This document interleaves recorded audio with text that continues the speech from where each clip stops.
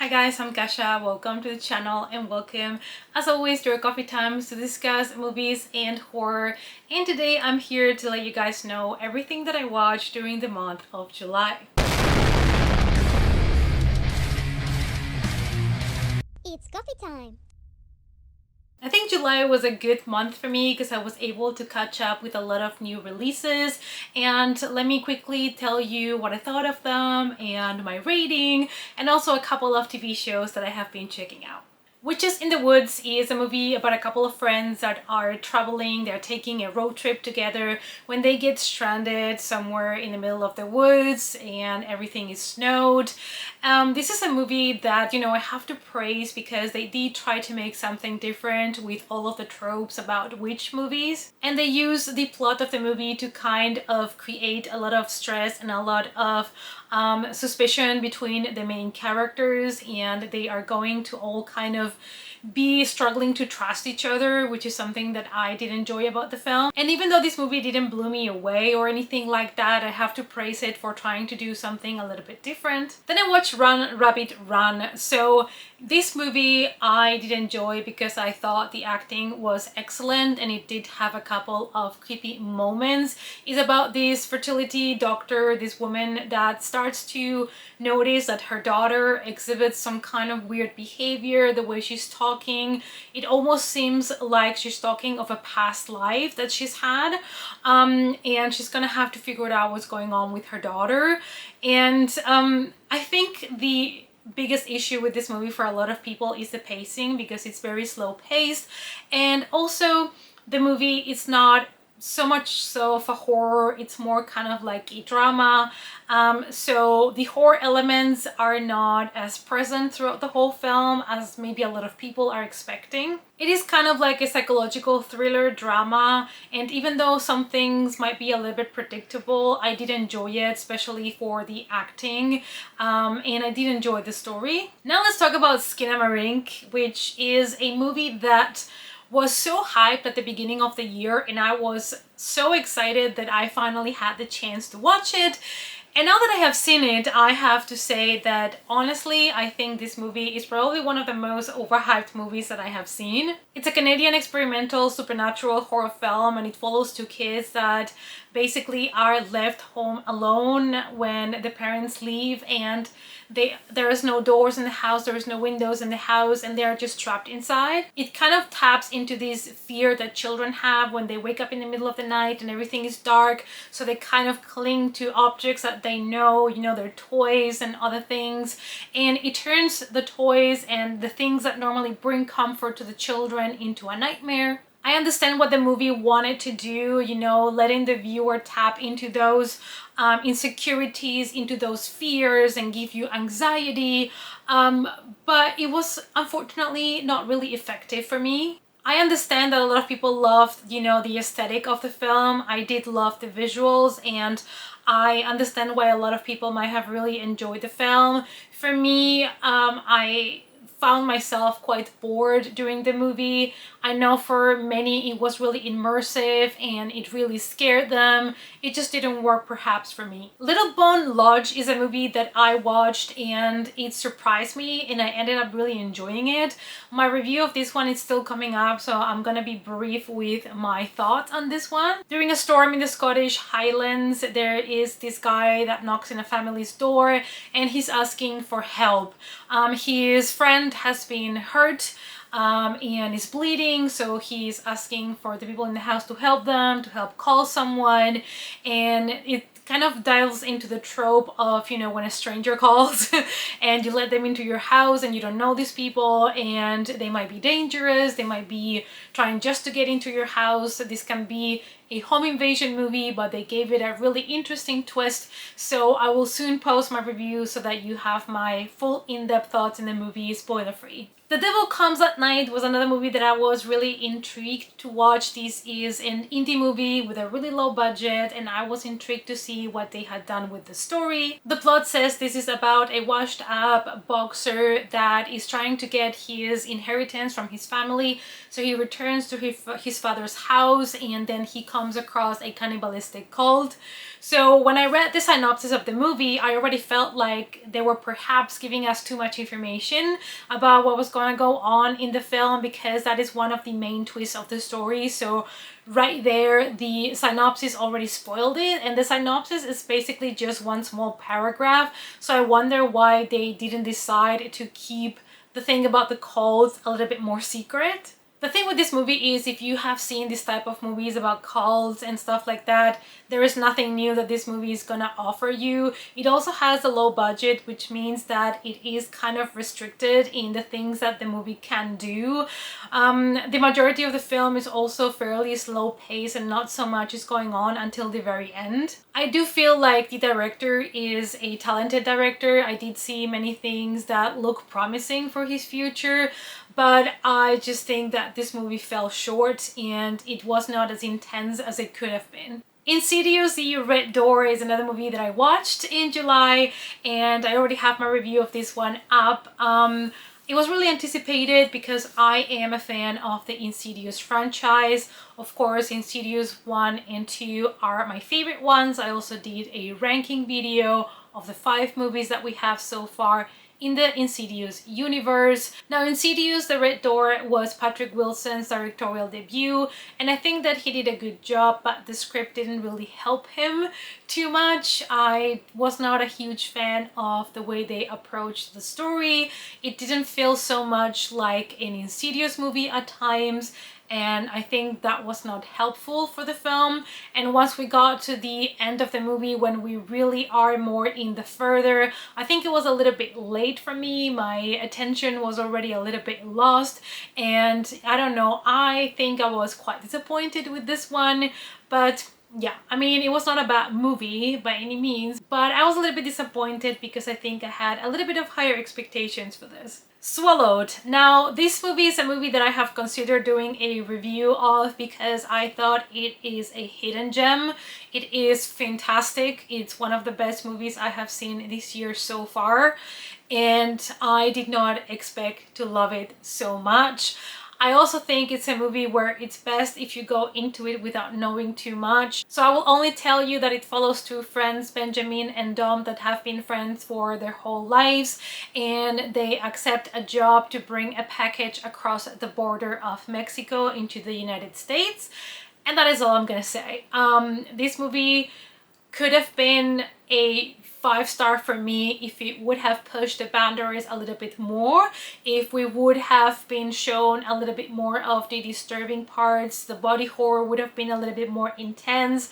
But this is a movie that really crawled under my skin. I'm still thinking about it. I was so disturbed about this movie. I was watching it and I felt so uncomfortable watching it. It's one of those movies that you're not gonna forget, and the cast is very small, but they were all so strong. Jenna Malone is in this movie and her character fits her so well, and she did such an amazing job with this movie. The acting was just excellent, and this is a movie that if you have not seen this year, I urge you to give it a chance. Box Barcelona is another one that I had highly anticipated. That was a slight disappointment for me. You know, Swallowed is a movie that I was like, oh, let me just watch this, you know, and see how it is. And I ended up loving it. And Box Barcelona was a movie that I'm like, I'm gonna really love this. And then it was a disappointment for me. So I enjoyed Bird Box, the book by Josh Malerman, and I did like the Netflix adaptation, even though for me it had its flaws. But I was excited to see this kind of other movie because it was based in the same world, where we have an apocalypse scenario in which these creatures come into the earth and you cannot look at them or you will go crazy and kill yourself. But this time it is based in Spain, so I was like, it's gonna be great, I'm gonna love it. And when the movie started, I was so on board because they brought new elements to the story, and I was really happy that they didn't do just copy paste of the story just based in a different city. They actually gave a spin to the story. But then it started to go downhill a little bit for me But if you have enjoyed the first one, I think it's still worth one watch. Quicksand is a movie that I was also intrigued about because there's something terrifying and something very realistic about being trapped in quicksand. It's something that I don't think anybody wants to ever experience, and I thought this movie was gonna give me that kind of claustrophobic feeling. We follow a couple that are currently, you know, arguing all the time. They're having trouble in their marriage, and they travel to visit a friend. They decide to go to the woods by themselves, and while they are in the woods, they end up falling into quicksand. Now, it takes a long time for them to go to the quicksand, so the first half of the movie is very slow paced. It's just about the relationship and all of that. And even when they get into the quicksand and you're like excited about the good parts, it just didn't deliver. I was quite bored with this movie, which is not a good thing, and it was kind of a disappointment for me. I was hoping that I was gonna really enjoy this. Disquiet is a movie that I wanted to watch purely based on the fact that Jonathan Rhys-Meyers was in the movie, but I kind of knew that this was not gonna be a good movie. It's about a guy that is in a car accident, and when he wakes up in the hospital, he realizes that he seems to be one of the only people in this hospital, and he's trapped in there and he cannot leave. And neither can the other people that are stuck in this hospital. So as a viewer, you are not sure if he's in an afterworld, if something has happened in the world where he maybe was in a coma or something. So it's kind of like that play of, is this guy alive? Is he dead? But the movie was very predictable, very boring, very no good acting, not a good script. So you can skip this one for sure. And then I had my Barbenheimer day. So I went on a Saturday to watch Oppenheimer in Barbie. I had like 40 minutes in between movies, like a 40-minute break. And I decided to go to Oppenheimer first so that I would get all the drama and intense monologues first, and then I could end up on a more light note maybe with Barbie. So I watched Oppenheimer first, and it is very much a true Christopher Nolan movie, so you know kind of what to expect. Of course, the movie follows Oppenheimer and the way that he followed in order to create the atomic bomb, and how that has been weighing on him because of the implications of this bomb. So the movie is what you can expect. It is a very slow-paced film, really heavy on monologue, 3-hour long, and you need to be willing to watch a movie like that. I don't think it's going to be for everybody. I have to say I am in awe at how good Cillian Murphy is. I've always known he was an amazing underrated actor, but now I think he has proven how good he is, and I do hope he gets nominated for an Oscar. And you know, you can expect amazing cinematography, and there is not even one shot with CGI in this film, which is something, you know, to praise. But of course, Christopher Nolan has the budget to create everything he wants, and he doesn't need to use CGI, and I'm really glad that he chooses not to, because he has the power to create amazing, beautiful images without the help of CGI, and it made the movie so much more like closer to home. There is a fantastic cast in this movie. Robert Downey Jr. is amazing in the film as well, so definitely watch it if you love Christopher Nolan movies. And then I went to watch Barbie, and I kind of had expectations, but I was not ready for a movie that was such a roller coaster of emotions. I thought this movie was going to be a lot more fluffy and fun, and it was. There's a lot of humor, and I laughed a lot, but it also confronts really heavy and important serious topics, especially when you get towards the end of the movie. It gets quite philosophical and quite intense, and I almost cried because it just got really like deep into your emotions, and I definitely recommend it for you guys to watch it if you haven't yet.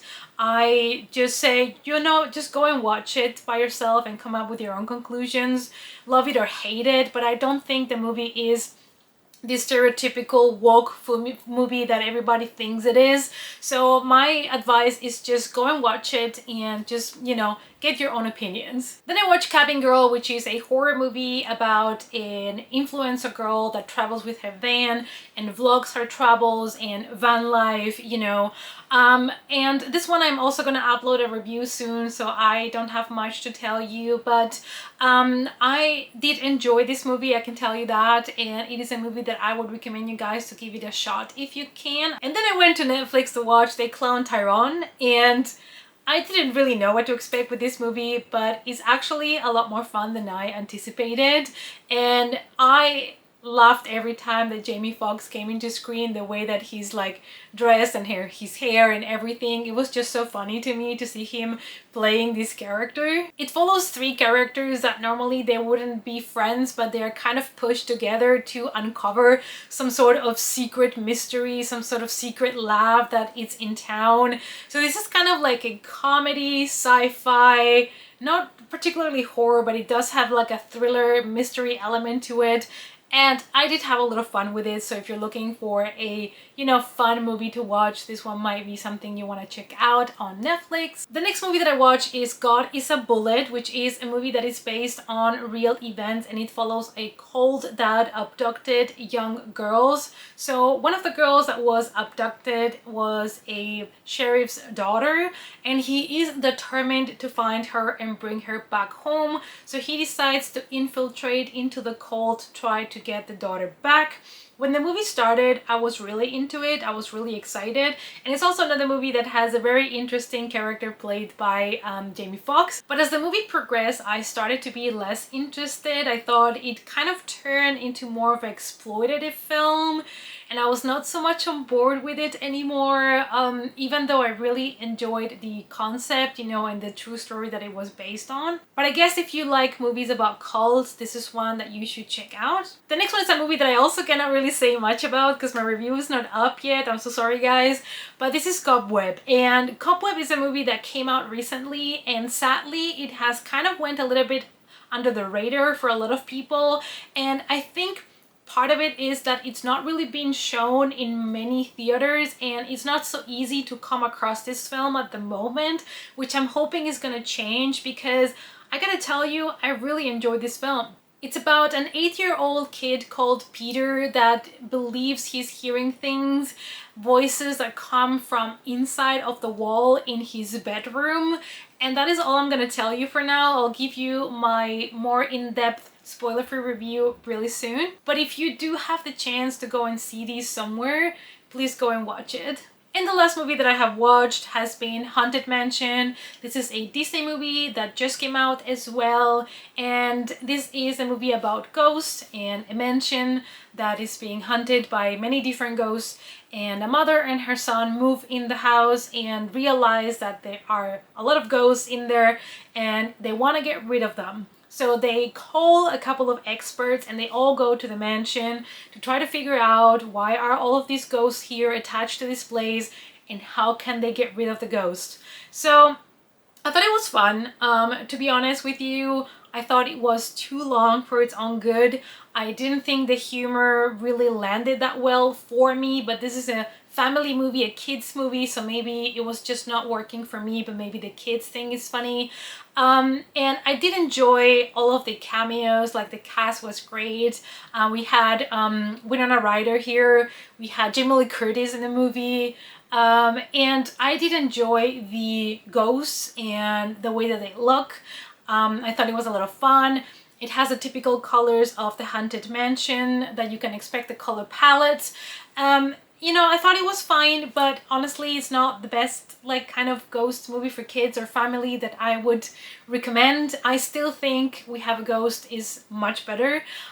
This year it wins when it comes to family ghost movies. So it was alright, but I was kind of bored. It was too long. It was very repetitive.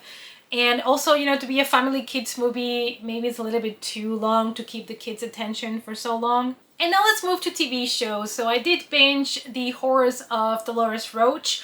It is available on Amazon Prime, and this is a limited series. It follows a woman that just came out of jail, and she was in jail for a long time. So when she comes out, her whole neighborhood has changed. It has been gentrified, and most of the people and the stores, the businesses that were there when she was living in the area are now gone, and she doesn't recognize anything. But there is a little empanada store that is still open, and she still knows the guy working there. So she's kind of trying to get her back life together after jail, trying to find a job. And then things take a darker turn. I do have a review of the series as well, spoiler free, and this is one that I definitely recommend you guys to check out.